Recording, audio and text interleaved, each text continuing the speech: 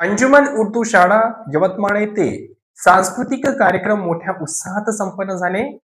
स्थानिक अंजुमन उर्दू शाळा यवतमाळ येथे वार्षिक स्नेहसंमेलन आणि क्रीडा महोत्सव अत्यंत उत्साह आणि चैतन्यमय वातावरणात साजरा करण्यात आला.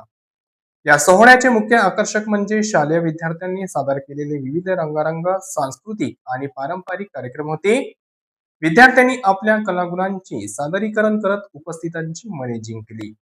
या सोहळ्याचे अध्यक्षस्थान संस्थेच्या व्यवस्थापक समितीने भूषविले.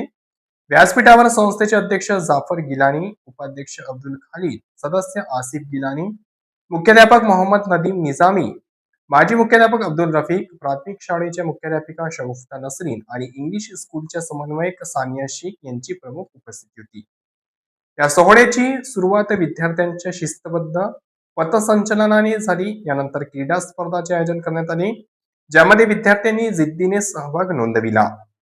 सांस्कृतिक कार्यक्रमांमधून विद्यार्थ्यांनी महाराष्ट्राची परंपरा आणि आधुनिक कलेचा सुंदर संगम घडवून आणला. शैक्षणिक आणि क्रीडा क्षेत्रात विशेष प्रावीण्य मिळवणाऱ्या विद्यार्थ्यांचा मान्यवरांच्या हस्ते पुरस्कार देऊन गौरवण्यात आला.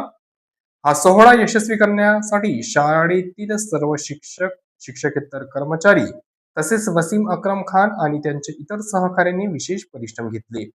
पालकांनी आणि नागरिकांनी या कार्यक्रमाला मोठ्या संख्येने उपस्थित राहून विद्यार्थ्यांच्या सादरीकरणाचे कौतुक केले. ही माहिती यवतमाळ येथून RN न्यूजचे प्रतिनिधी शाकीर अहमद यांनी दिली.